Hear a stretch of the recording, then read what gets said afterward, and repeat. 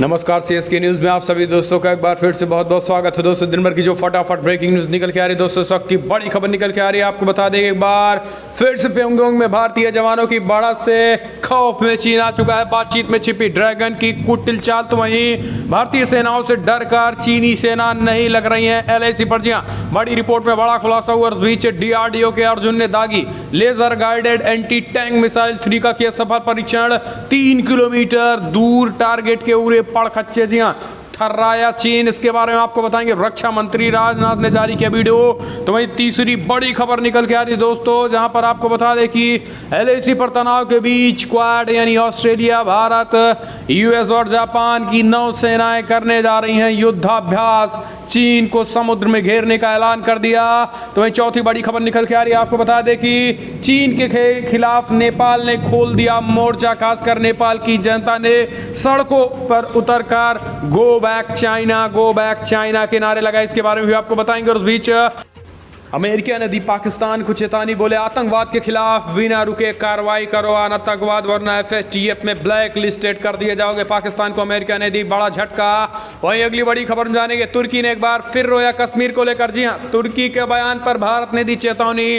बोले अपने हद पार ना करे, कश्मीर आंतरिक मसला है और ये भारत और पाकिस्तान मिलके बैठकर बातचीत करेंगे, लेकिन तीसरे देश को बोलने की हिमाकत नहीं होनी चाहिए। तो सब कुछ खबरें एक ही करके आपको विस्तार से बताएंगे, लेकिन उससे पहले छोटा सा अगर आपने चैनल को अभी तक सब्सक्राइब नहीं किया तो प्लीज सब्सक्राइब की लाल बटन दबाकर चैनल को सब्सक्राइब करें। और अगर आप भी मानते हैं कि प्रधानमंत्री मोदी के नेतृत्व में ये देश चीन को मुंहतोड़ जवाब देने में पूरी तरीके से सक्षम है, और अगर आप भी मानते हैं कि इंडियन आर्मी पूरी तरीके से तैयार है, बस एक इशारे की जरूरत है, पीओके और एलआईसी पर कब्जा करने के लिए इंडियन आर्मी काफी है, तो इस वीडियो को दिल से लाइक करके कमेंट के माध्यम से जय हिंद लिखना मत भूलिएगा। दोस्तों तो पहली बड़ी अपडेट निकल के आ रही है। आपको बता दें कि प्योंगयांग में भारतीय जवानों की जबरदस्त बढ़त के बीच बौखलाया चीन। जी हां, पूरी तरीके से बौखलाया है चीन। और इस बीच अपने सेनाओं को, उनकी सेनाएं भी एलएसी पर आईटीबीपी जवानों के सामने जाने से रो रही हैं। जी हां, लद्दाख संकट को सुलझाने के लिए भारत और चीन के बीच जारी वार्ता पर एक बार फिर से बेनतीजा रहा। लेकिन आपको बता दें कि भारतीय वार्ताकार पूर्वी लद्दाख में सभी विवादित जगहों पर सेना को हटाने और यथास्थिति की बहाली की मांग कर रहे हैं। उधर चीन लगातार इस बात पर जोर दे रहा है कि भारत प्योंगयांग झील के दक्षिणी किनारों पर स्थित रणनीतिक रूप से महत्वपूर्ण ऊंचाइयों वाली चोटियों पर अपना जवानों को हटाए। लेकिन यहाँ दोस्तों आपको बता दें कि उन प्योंगयांग के पास चीन की सेना की जाने की हिम्मत नहीं कर रही है। आपको बता दें कि एक वीडियो सोशल मीडिया पर वायरल हो रहा है, जहां पर यह दिखाया जा रहा है कि कैसे भारतीय सेना से किस तरीके से चीन की सेना घबराई हुई और लद्दाख में पोस्टिंग को लेकर डर रही हैं। एलएसी पर आईटीबीपी के जवानों और एसएफएफ के जवानों के सामने चीन की सेनाएं खड़े होने की हिम्मत नहीं है। पीपल्स लिबरेशन आर्मी पूरी तरीके से कांप चुकी है, और यही कारण है कि पीपल्स लिबरेशन आर्मी जब से प्योंगयांग इलाके का भारतीय सेनाओं ने कब्जा किया है, तब से उनके होश ठिकाने आ चुके हैं और भारत और एलएसी को छोड़कर पूरी तरीके से भाग चली हैं। हम चलते हैं, अगली अपडेट लेते हैं। बड़ी खबर निकल के आ रही है। आपको बता दें कि जहां पर भारत ने किया सफल परीक्षण। जी आपको बता दें कि अर्जुन ने दागी, डीआरडीओ के अर्जुन ने दागी laser guided anti tank missile. 3 kilometre दूर तक उड़े परखच्चे। चीन थर्राया पूरी तरीके से। जी हाँ, भारत ने एक ब्रह्मास्त्र तैयार किया। दरअसल चीन सीमा पर तनाव के बीच भारत रोज रोज नए हथियारों का टेस्ट कर रहा है। इस बीच defence research and development organisation यानी डीआरडीओ ने मंगलवार को 2 खास टेस्ट तैयार किए हैं। इससे पहले अभ्यास का सफल फ्लाइट टेस्ट हुआ था।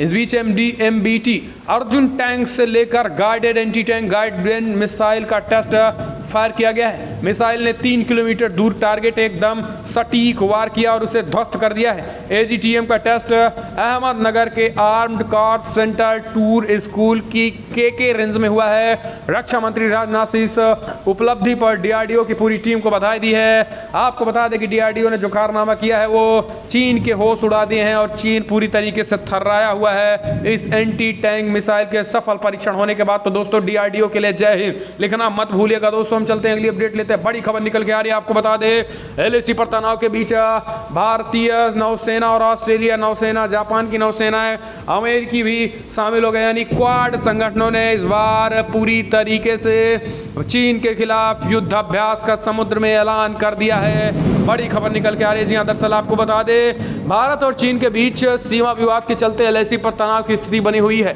सीमा पर तनाव के चलते दोनों देशों के बीच बातचीत का दौर जारी है। इस बीच आज से भारतीय नौसेना और ऑस्ट्रेलियाई नौसेना के बीच संयुक्त अभ्यास की शुरुआत हो गई है। दरअसल 23 मार्च और 24 मार्च को दोनों देशों नौसेना और संयुक्त अभ्यास करेंगे। हालांकि आपको बता दें कि आने वाले कुछ ही दिनों में जापान और अमेरिका भी इस युद्ध अभ्यास में शामिल होंगी और पूरा क्वाड संगठन एक बार फिर से चीन के खिलाफ समुद्र में घेरने का पूरी तरीके से रणनीतिक तौर पर ऐलान कर दिया और यही कारण है आपको बता दें कि चीन को बड़ा झटका भी लगता हुआ दिखाई दे रहा। तो दोस्तों, अगर आप भी मानते हैं क्वाड संगठन को जल्द से जल्द एक होना चाहिए तो कमेंट के माध्यम से अपने सुझाव दें। हम चलते हैं अगली अपडेट लेते हैं। आपको बता दें कि नेपाल ने खोला चीन के खिलाफ मोर्चा। बड़ी खबर निकल के आ रही है। चीनी नेपालियों ने सड़कों पर उतरकर जताया विरोध। केपी ओली का नहीं खुल रहा है जुबान। जी हाँ, दरअसल चीन के इशारे पर भारत विरोधी एजेंडे में जुटी नेपाल की केपी ओली सरकार को ड्रैगन से बड़ा झटका ड्रैगन को मिला है। आपको बता दें कि कुछ बोल नहीं पा रहे हैं ओली। दरअसल दूसरी तरफ जनता का आक्रोश फूट पड़ा है। नेपाल की जनता हुमला में चीनी कब्जे और इमारतों पर निर्माण की पुष्टि के बाद काठमांडू से लोग सड़कों पर उतर आए हैं और चीन के खिलाफ भयंकर नारेबाजी शुरू कर दी है। जुलूस भी निकाले जा रहे हैं, हाथों में तख्तियां लिए लोगों ने बालू वाटर स्थित चीनी दूतावास के बाहर नारेबाजी भी की है। दरअसल नेपाली न्यूज वेबसाइट खबरहट के मुताबिक आक्रोशित लोग सीमा अतिक्रमण को रोका और अतिक्रमण की हुई नेपाली जमीन लौटाने का ऐलान किया। उन्होंने गो बैक चाइना के नारे भी लगाए हैं। चाइना मुर्दाबाद, साम्राज्यवादी चाइना मुर्दाबाद, विस्तारवादी चाइना मुर्दाबाद के नारे लगाए हैं। और आपको बता दें कि फिलहाल चीनी अतिक्रमण बंद करो के नारे भी लगाए जा रहे हैं। आपको बता दें कि नेपाल पूरी तरीके से नेपालियों ने चीन के खिलाफ मोर्चा खोल दिया है। तो दोस्तों, अगर आप भी नेपाल की जनता की इस मुहिम में समर्थन है तो इस वीडियो को लाइक कीजिएगा। हम चलते हैं अगली अपडेट लेते हैं। आपको बता दें कि अमेरिका ने पाकिस्तान को दिया बड़ा झटका। पाकिस्तान को दी चेतावनी, बोले जल्द से जल्द अपनी धरती पर बंद करो आतंकवाद वरना बंद कर दिया जाएगा हुक्का पानी। जी FATF में कर दिया जाएगा ब्लैक लिस्टेड। दरअसल पाकिस्तान में अमेरिका के अगले राजदूत बनने के नामित अमेरिकी राजनयिक विलियम टॉड ने कहा है कि पाकिस्तान को आतंकवाद के खिलाफ सतत और अपरिवर्तनीय कार्रवाई करनी चाहिए। इसके साथ ही वो दिखाने की जरूरत नहीं है कि वो नरसंहार के हथियारों के खिलाफ अंतर्राष्ट्रीय प्रतिबद्धताओं के अनुरूप चलने को तैयार है। टॉड ने मंगलवार पद की मंजूरी के लिए अमेरिकी सीनेट की विदेश संबंधों की समिति की सुनवाई में कहा है कि फिलहाल पाकिस्तान को अभी आतंकवाद पर प्रभावी कदम उठाने की जरूरत है। महज दिखावे से कुछ काम नहीं चलने वाला है। आपको बता दें कुछ दिन पहले पाकिस्तान ने फिलहाल कुछ ऐसे संगठनों को बैन किया था, जिसके बाद भारत ने इसका मुद्दा जोर शोर से उठाया और कहा कि फिलहाल पाकिस्तान नाम मात्र का इन लोगों को बैन किया, बल्कि BBIP ट्रीटमेंट दी जा रही है पाकिस्तान में। इस बात का पता लगाया जाए, जिसके लेकर अमेरिका ने फिर से पाकिस्तान को 2 टूक में करारा जवाब दिया है। हम चलते हैं अगली अपडेट लेते हैं। आपको बता दें कि जम्मू कश्मीर को लेकर तुर्की के राष्ट्रपति का भड़काऊ बयान। फिर से रोया तुर्की राष्ट्रपति। भारत ने दी चेतावनी, हद में रहे तुर्की वरना ठिकाने लगा दिया जाएगा। आपको बता दें कि संयुक्त राष्ट्र महासभा में तुर्की के राष्ट्रपति रजब तैयब एर्दोगान ने एक बार फिर से कश्मीर के मुद्दे को उठाया है। राष्ट्रपति के बयान के बाद भारत ने आपत्तियों को खारिज करते हुए तुर्की को चेतावनी दे डाली है। हिंदी में भारत के प्रतिनिधि TMC त्रिमूर्ति ने कहा है कि फिलहाल भारत के आंतरिक मामलों में हस्तक्षेप देने की हिम्मत न करे तुर्की, और यह भारत की पूरी तरीके से अस्वीकार है। तुर्की को दूसरे देश की संप्रभुता का सम्मान करना सीखना चाहिए, वरना इसके लिए परिणाम भुगतने के लिए भी तैयार हो जाए। आपको बता दें कि TMC त्रिमूर्ति ने ट्वीट करके कहा है कि हमने केंद्र शासित प्रदेश जम्मू और कश्मीर और के लेकर तुर्की के राष्ट्रपति की ओर से किए गए बयान को देखते हुए भारत के आंतरिक मामलों में हस्तक्षेप न करने की बात की गई है। तो आपको बता दें दोस्तों, फिलहाल ये बड़ी अपडेट निकल के आ रही है। तुर्की को चेतावनी दे दी गई है और तुर्की के राष्ट्रपति का ये बयान और ये रोना अपने आप में तुर्की और पाकिस्तान की गठबंधन को तो दिखाता है, लेकिन भारत की तरफ से प्रधानमंत्री मोदी का डर भी तुर्की के राष्ट्रपति पर साफ साफ झलक रहा है। हम चलते हैं अगली अपडेट लेते हैं। आपको बता दें बड़ी खबर निकल के आ रही है। डोनाल्ड ट्रंप ने कहा चीनी वायरस को दुनिया में फैलाने के लिए चीन को जिम्मेदार ठहराया जाना चाहिए और ठहराते रहेंगे। अमेरिकी राष्ट्रपति डोनाल्ड ट्रंप ने मंगलवार को एक बार फिर से चीनी वायरस की महामारी को नियंत्रित करने में विफलताओं के बीच आपको बता दें कि एक बार फिर से चीनी वायरस कहकर संबोधित किया और उन्होंने कहा कि चीनी वायरस पर धीरे धीरे हम काबू तो पा रहे हैं, लेकिन चीन को प्रभावी जवाब देने के लिए अगर कोई दे सकता है तो अमेरिकी राष्ट्रपति डोनाल्ड ट्रंप यानी हमारे नेतृत्व में ही दिया जाएगा। आपको बता दें कि चुनावी रैलियों में चीन का मुद्दा अमेरिकी राष्ट्रपति डोनाल्ड ट्रंप खूब भुनाए हुए हैं। एक तरफ जहां प्रधानमंत्री मोदी की नाम लेकर वोट बैंक बटोरने की जुगत में है, तो दूसरी तरफ चीन का नाम भी लेकर और चीन के खिलाफ अमेरिकी लोगों में ज़बरदस्त गुस्सा है और उसी भावनाओं को रूप से अमेरिकी राष्ट्रपति डोनाल्ड ट्रंप वोटिंग हासिल करना चाहते हैं। हम चलते हैं अगली अपडेट लेते हैं। बड़ी खबर निकल के आ रही है, आपको बता दें कि अमेरिका और भारत के बीच हुई एक बड़ी डील। जी हाँ, आपको बता दें कि ड्रोन रीपर RAMQ-9 ने रीपर ड्रोन खरीदने पर हुई पुष्टि। दरअसल चीन के साथ बॉर्डर पर तनाव को देखते हुए भारत अपनी रक्षा खरीद को तेज कर रहा है। वेपन सिस्टम से लेकर मिसाइल टेक्नोलॉजी तक भारत में भी डेवलप करने की प्राथमिकता दी जा रही है, मगर जरूरत के मुताबिक विदेश से भी खरीदें हो रही हैं। रक्षा मंत्रालय अमेरिका से 30 general Atomics MQ-9 reaper drone खरीदने की तैयारी में। आपको बता दें कि इंडिया टुडे में छपी रिपोर्ट के अनुसार करीब 22,000 करोड़ रुपए में ये डील हो सकता है और डील 2 हिस्सों में भी होगी। आपको बता दें कि पहले 6 रिबन मीडियल को दिया जाएगा, यानी पहले 6 ड्रोन को खरीदा जाएगा। इसके बाद आने वाले समय में और बड़े पैमाने पर ड्रोन की खरीदारी होगी। हम चलते हैं अगले अपडेट। कई अहम विधेयक पास होने के बाद राज्यसभा का मानसून सत्र अनिश्चितकालीन के लिए हुआ स्थगित। जी हां, बड़ी खबर संसद से निकल के आ रही। कोरोना वायरस महामारी के साय में आयोजित राज्यसभा का ऐतिहासिक मानसून सत्र बुधवार को अपने निर्धारित समय से करीब 8 दिन पहले अनिश्चितकालीन के लिए स्थगित हो गया है। छोटी सी अवधि होने के बावजूद राज्यसभा में सत्र के दौरान 25 विधेयकों को पारित किया गया था।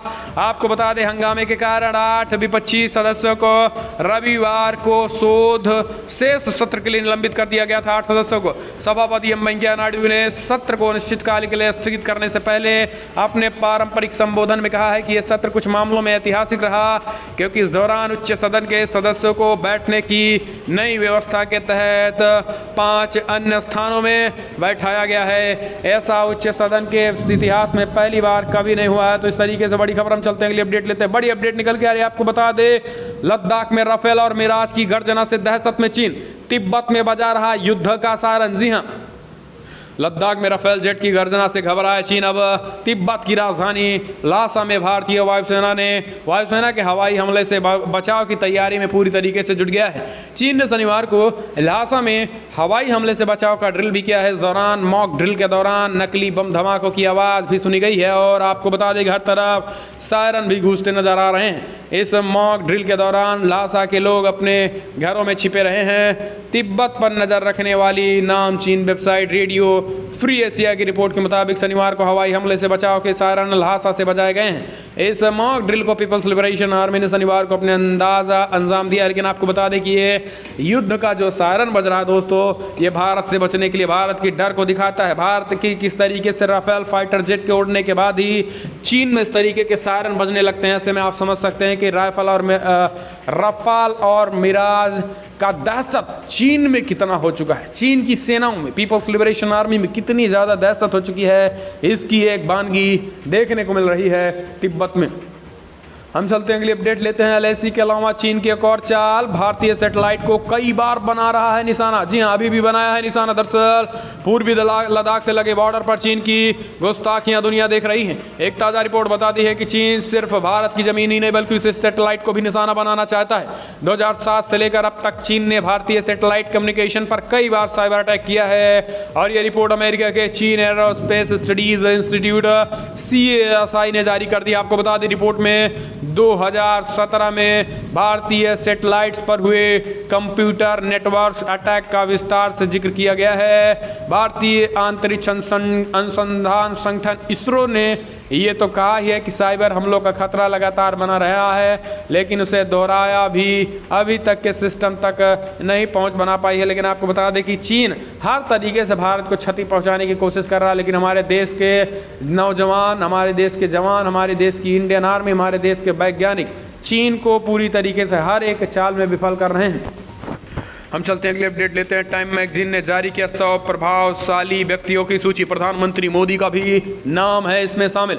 आपको बता दें कि दुनिया की सबसे प्रतिष्ठित मैगजीन में एक बार फिर से प्रधानमंत्री मोदी को प्रभावशाली व्यक्तियों में शामिल किया गया है। आपको बता दें कि अलग अलग क्षेत्रों में व्यक्तियों में शामिल किया गया। इस सूची में एक बार फिर से प्रधानमंत्री मोदी का नाम शामिल है। दरअसल दिलचस्प बात यह है कि इस बार अमेरिकी राष्ट्रपति डोनाल्ड ट्रंप भी शामिल है। अमेरिकी राष्ट्रपति डोनाल्ड ट्रंप और PM मोदी के साथ साथ चीनी राष्ट्रपति शी जिनपिंग भी इसमें शामिल हैं। ये बड़ी अपडेट निकल के आ रही। टाइम मैगजीन दुनिया के 100 प्रभावी व्यक्तियों को अपनी मैगजीन में जगह देती है। इस बार फिलहाल भारत में ऐसा कोई नेता नहीं है जो टाइम मैगजीन में इस बार जगह बना पाया हो। हम चलते हैं अगली अपडेट लेते हैं। बड़ी खबर निकल के आ रही है दोस्तों, आपको बता दें बांग्लादेशी भी बन जाते हैं भारतीय नागरिक, पूर्ण जनसंख्या नियंत्रण जरूरी, बोले बीजेपी सांसद निशिकांत दुबे।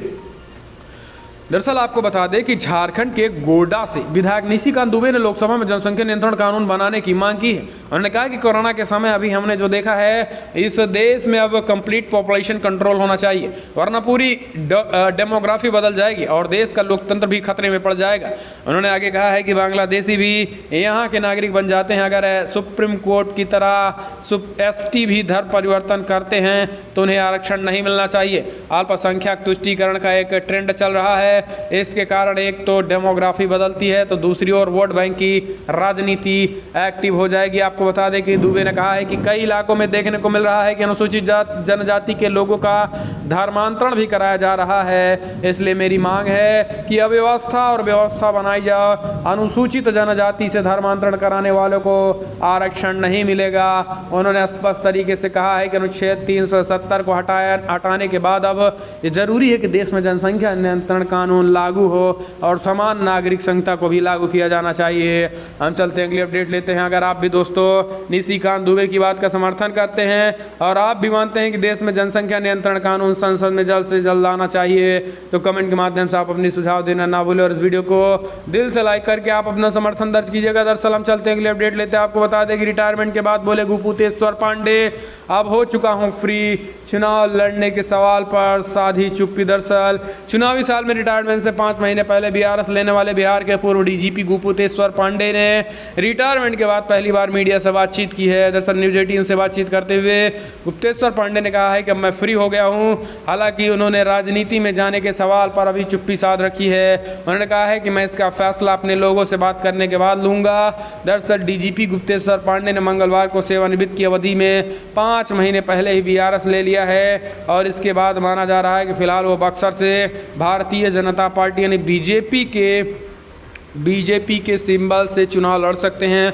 भारतीय जनता पार्टी में जाने की उम्मीदें जताई जा रही हैं। हम चलते हैं अगली अपडेट लेते हैं। बड़ी खबर निकल के आ रही है दोस्तों, आपको बता दें जहां पर सारा दीपिका दिया के बाद ड्रग्स केस में सलमान खान भी आया लपेटे में। लीगल टीम ने जारी किया बयान। जी हाँ, दरअसल आपको बता दें सलमान खान शिकंजे में आता दिख रहा है। दरअसल बॉलीवुड में ड्रग्स को लेकर कई नाम सामने आ रहे हैं, जिसमें सारा अली खान, रकुल प्रीत सिंह, दिया मिर्जा, दीपिका पादुकोण के बाद सलमान खान का भी नाम सामने आ चुका है, जिसके बाद सलमान खान की लीगल टीम एक्टिव हो गई है। आधिकारिक रूप से बयान जारी करके कहा है कि जिसमें उन्होंने कहा है कि जिन्होंने लिखा है कि सलमान खान या उनके सहयोगियों के कान में किसी भी तरीके की कोई हिस्सेदारी नहीं है कौन में, और ऐसी बातें आसानी से सार्वजनिक तौर पर उपलब्ध है और ऐसी खबरें खेदजनक है। टाइम्स नाउ की एक रिपोर्ट के मुताबिक NCB अब इस बात की जांच कर रही है कि कौन में किस किस का पैसा लगा है। दरअसल कौन एक ड्रग्स कंपनी है और यहाँ पर पूरी तरीके से सलमान खान का भी नाम इसमें आया है और यही कारण है कि कौन में नाम आने के बाद सलमान खान शिकंजे में लिया जा सकता है। तो दोस्तों फिलहाल बड़ी खबर में इतना है, लेकिन अगर आपको वीडियो पसंद आए तो लाइक करें, शेयर करें, कमेंट के माध्यम से आप अपनी राय देना ना भूलें। फिलहाल इस वीडियो में इतना ही। जय हिंद, वंदे मातरम।